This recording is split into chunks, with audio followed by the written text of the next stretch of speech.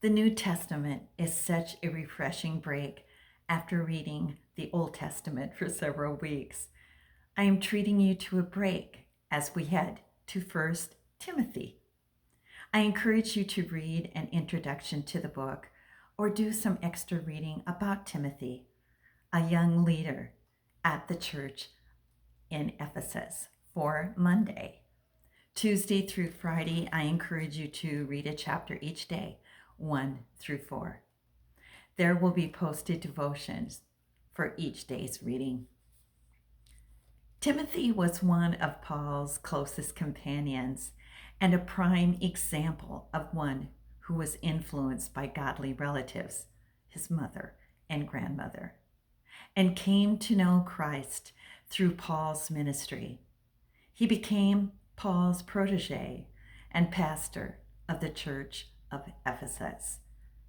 As a young minister, Timothy faced all sorts of pressures, conflicts, and challenges from the church and his surrounding culture.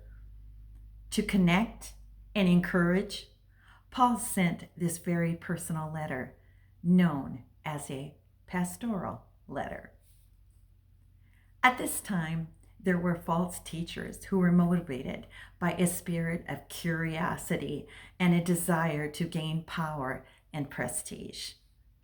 By contrast, genuine Christian teachers are motivated by sincere faith and a desire to do what is right. In chapter 1, Paul instructed Timothy to preserve the Christian faith by teaching sound doctrine and modeling right living.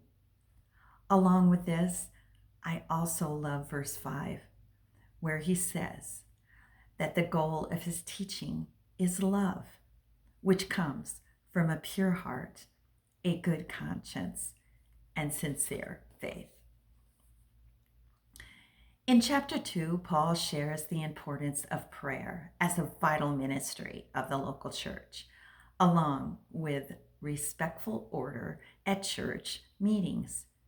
He brings in the role of women in the Christian church. And to understand these verses, we must understand the Jewish culture at that time. Women were not allowed to study anything about their faith. And when the gospel brought freedom to women in the Roman Empire, many did not know how to handle it. Timothy had his hands full.